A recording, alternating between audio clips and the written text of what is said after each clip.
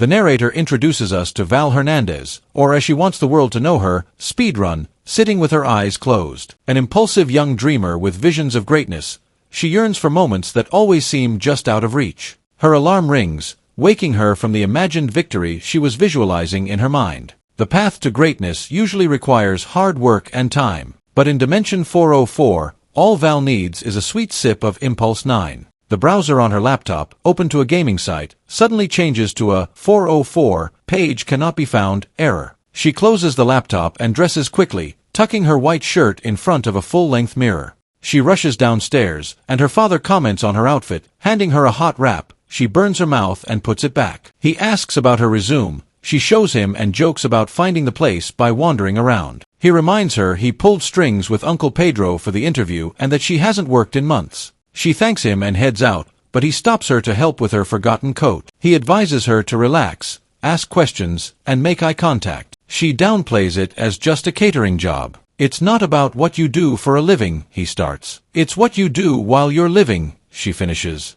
As she leaves, he reminds her to pick up her grandmother. She asks if he can, but he says it's Tuesday and that he works late. She grabs her bag from the lawn outside and runs to the car parked out front. Leaning down to the window, Evan tells her he's looking for a girl named Speedrun, a gamer with sloppy hair and crappy clothes. She sticks her tongue out at him and gets into the back seat. She leans forward and gives him a kiss. On the drive, he comments on her outfit, and she tells him it's just for some interview as she begins changing out of it. He asks if she should be going to the interview, and she looks dismayed at the idea of missing the invitational. She tells him she'll call in sick. She excitedly says that first prize is 10 grand, enough to move out and go pro. He responds with a regretful tone, saying she must not have seen the news. Kilohertz is making a surprise entrance today. Her face falls with disappointment. They arrive at the gaming tournament to find the crowd buzzing with excitement over Roy Torvald, also known as Kilohertz, who is a gaming legend. The commentators exclaim that they feel sorry for anyone who has to face him in the qualifying round. Evan speculates about what Kilohertz might spend the prize money on since he's already rich. Val complains to Evan, visibly annoyed by Kilohertz's smug expression. Evan tells her to calm down, reminding her that she doesn't need to win today,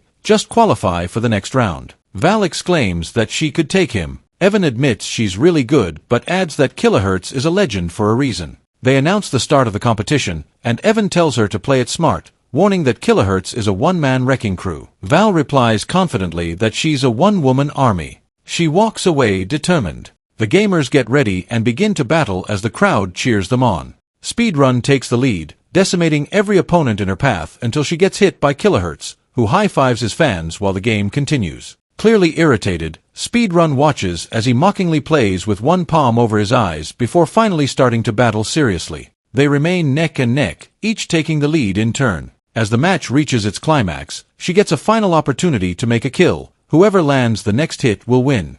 Abandoning her position of superior ground to pursue Kilohertz, she's ambushed out of nowhere and taken out by him, making him the winner. She still qualifies for the next round, finishing in second place.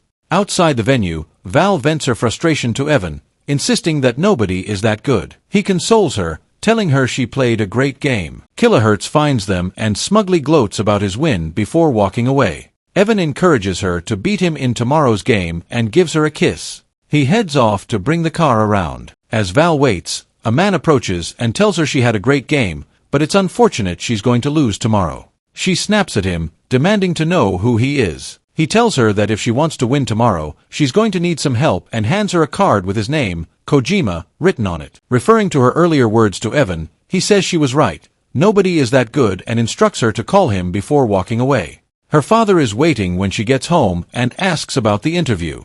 She says it went fine, but he tells her Pedro called saying she never showed up. She starts to make an excuse, then remembers her grandmother. He explains he had to pick her up himself and nearly lost his job. Val admits she skipped it for a tournament, saying she didn't win but played great. He congratulates her, then tells her she's going to her uncle's tomorrow to ask for another chance. She protests, saying it's the finals and the prize is 10 grand. He says it's not about the money, it's that she lied. He tells her he wants her to follow her dreams but asks if she ever thinks about anyone else. She snaps that she's trying not to end up stuck like him at a job she dislikes and adds, "No wonder Mom left," before leaving the room. She sits in her room, staring at the job application, when she notices the card and decides to visit the address on it. It leads her to a gaming space. Kojima finds her there and tells her to follow him to a chair, ordering her to play. She sits down and attempts a difficult level but fails. He then shows her a bottle and tells her to try again with that. She looks skeptical, thinking it's just an energy drink. Kojima places a small amount on the bottle cap and hands it to her. Suddenly, she becomes hyper-focused on the game, and the motions slow down. The next moment, she snaps back to herself, now sitting at a table across from Kojima. Confused, she asks what happened. He explains that when she takes impulse, she stretches time, and the more she stretches it, the more time she loses in the real world. He gestures to a monitor showing her name at the top of a leaderboard and tells her she lost an hour this time. He compares it to being blackout drunk. Then he says it costs $500, the entirety of what she has. She hesitates, calling it cheating. Kojima confirms that it is and shows her a call he just received from Kilohertz, trying to buy Impulse. The next day, just before the game begins, she takes a sip of Impulse and quickly gains a clear lead. Kilohertz, also drinking Impulse, manages to reclaim first place. During the break between rounds, she drinks most of the bottle, and this time, she defeats Kilohertz. She wins the game and celebrates with Evan, but as they celebrate, the bottle falls from the table and shatters. Suddenly, she wakes up, cradling a baby in her arms. Disoriented, she tries to get her bearings as Evan enters the room and gently takes the baby from her. She stumbles into the living room, where a young boy and girl call her Mom. Completely out of sorts, she throws up as Evan rushes over and, concerned, asks if she's pregnant again. Saying she needs air, she rushes outside only to find herself in what looks like a slum, surrounded by people in disarray. Evan follows her out, still holding the baby, and hands her a gas mask. Chino Hills 2029 AI. After Impulse, they walk through the streets with the kids, and Evan tells her that he'll be scavenging the wastelands. He asks if she could pick up the kids later, and she agrees. They drop the kids off, finding them sitting on chairs in the middle of the street, where a woman is educating them about deadly lizards. Evan is about to head off to work when Val calls him back, saying she wants to talk. Before they can continue, a woman interrupts them, addressing Val as Sheriff Val. The woman informs them that Jenna's husband snapped back last night and says that years of their marriage are gone. Evan exclaims in shock, and Val looks at them both in confusion. The deputy, Dan, drags a man toward Val. The man looks confused and asks why it was the apocalypse. Evan steps forward, telling him it's because of thoughtless people like him who drink too much impulse. When they snapped back, the world went to ruins. The man mumbles that he was studying for finals, and Evan hauls him closer, grabbing his collar to tell him that was what the president said when he snapped back with his hand on the button.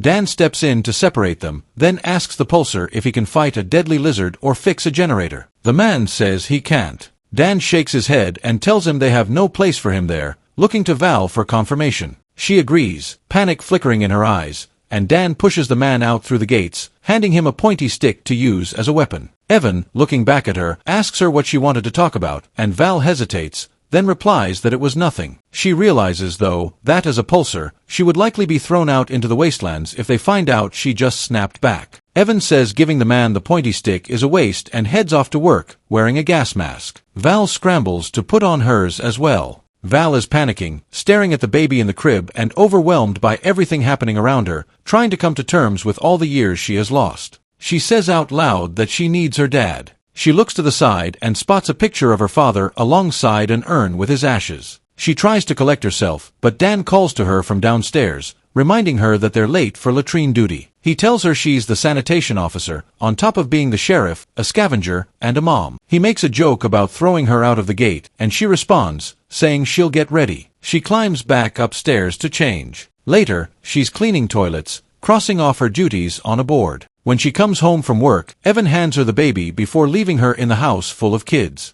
Val takes watch at the wall, nearly falling asleep on the post. Her life has turned into a grueling cycle of work that feels never-ending. She adjusts to the routine, looking exhausted from the constant strain of her new life. One night, as Val brings the kids home from school, her daughter hands her a picture she drew of her. Val slips it into her pocket without looking at it too closely. When they get home, she tells them she has work in a few hours, so they should keep the noise down while she gets some rest. As they enter the living room, the kids shout, "Game night!" Val is shocked to see her favorite game, Field of Fire, on the TV screen. The kids beg her to play, but Evan, who's working out on the bike, says she needs to rest, and maybe she'll join them next month. Val tells him she could play one round for them. Evan leaves, reminding her to get some rest before her guard duty. She starts playing, with the kids cheering her on. Her daughter asks if she could teach her to play like that. Val shows her the basics, and they're having fun when Evan rushes inside, panic in his voice. He asks where she has been and she asks Evan what's wrong, and they rush outside. He tells her that Dan was pounding on the gates, begging her to let him in, but he was killed by a death lizard since she wasn't at her post. Val sees Dan's lifeless body on the floor, covered with a sheet soaked in blood. The woman crying next to him asks how he could do this. Val manages to finish the rest of her shift, consumed by despair. Later, she's sitting on the couch when Evan gently tells her to come to bed. She replies that she can't do it anymore. Evan sits beside her, telling her that for 12 years, she's been an amazing wife and mother. She argues that she's not, but Evan insists that one mistake doesn't change that. As for the meaning of what they do, he says she has to figure that out for herself, but he knows she will. Val flings a spear and leaves after writing a letter, which she places on the nightstand. Evan wakes up to find the letter, where she explains that she's no longer the woman he married and that she's a pulsar. She asks him if he remembers the FPS tournament where she beat Roy, which to her was only last Tuesday. She tells him that she thought she could hide or hack her way out of it, but after the previous night, it became clear to her why they send the pulsars out to the wasteland to die. There's no place in society for a teenager trapped in a grown-up's body. She walks through the wastelands and arrives at the ruins of Kojima's store. She finds him looking the same, and he seems surprised that she has just snapped back. She gets upset when he laughs at how much she must have consumed at once and tells him that his drink ruined her life. He seems remorseful, acknowledging that they've ruined a lot of lives. He tells her that he doesn't do refunds but gives her a large bottle of Impulse, telling her she can go out playing. She asks what happens if she snaps back, and he tells her there won't be any coming back from that unless she lives to the age of over 100. She sits in front of the monitor, about to drink the Impulse. She takes something out of her pocket that crinkles and finds the drawing her daughter gave her of her standing with her gun. She remembers how her dad once asked if she only thought about herself and what Evan said about finding her own meaning, leading her to a realization. She goes back to the gates, and Evan tells her to go away, insisting that she only returned because she saw the wasteland wasn't a good place. She slides the drawing under the gates and tells him that she's realized it's not about what they get for themselves but what they give each other. She says she wants to be the person in that drawing, and though she's new at this, she's willing to do whatever it takes to make it work. He asks her if she has any idea what it's like for 12 years of marriage to disappear in an instant, and she replies that she doesn't. She tells him she doesn't even know how he proposed. He opens the slat, looking through it, and tells her that she was the one who did it and that it was the best day of his life. She tells him they can start over, but suddenly, he notices something behind her and says, "Death lizards." She looks back and is surprised by what she sees. She asks if they're people, appearing confused, and he confirms it, ordering someone to sound the alarm. She tells him to get the kids and heads inside, closing the gate behind her. People are rushing around in a panic, and she asks a woman where they're going. The woman replies, "To the ravine." Val says they can't go out there, but the woman retorts that their deputy is dead and accuses Val, saying their sheriff is an impulse junkie. She warns that the lizards will kill everyone inside once they get in. Val finds her kids and stands with them as she watches people grabbing their belongings. A woman cries out that they can't outrun them and that they're all going to die. Her son, looking worried, asks if that's true, and Val reassures him that they'll be okay. Evan brings out the baby and tells them to follow him. Val says goodbye to her kids and tells them to do as their father says. Evan asks what she's doing, and she tells him she's going to hold them off for as long as she can so they can get to safety. Val says farewell to Evan, and she's left alone. She opens the gate after preparing a defensive strategy. A vehicle drives in, filled with men wearing lizard outfits. The leader removes his mask, revealing Roy. She tells him that he has one last chance to surrender, and he replies that they were going to kill and eat her. Then they'll find her family, the ones who think they're hiding in the ravine, and they're going to do the same with them. She tells him he's a monster, and he counters that the wasteland has changed him. She throws an empty bottle of Impulse to the ground, and time seems to slow down. She fires at flammable tanks she set up nearby, and they explode, injuring the men. She takes them out one by one and takes cover but gets shot in the shoulder. While on the ground, she raises her arm when Roy aims for her and fires, killing him. With her last remaining strength, she fires a flare gun into the sky, signaling to Evan that it's safe to return, and takes her last breath.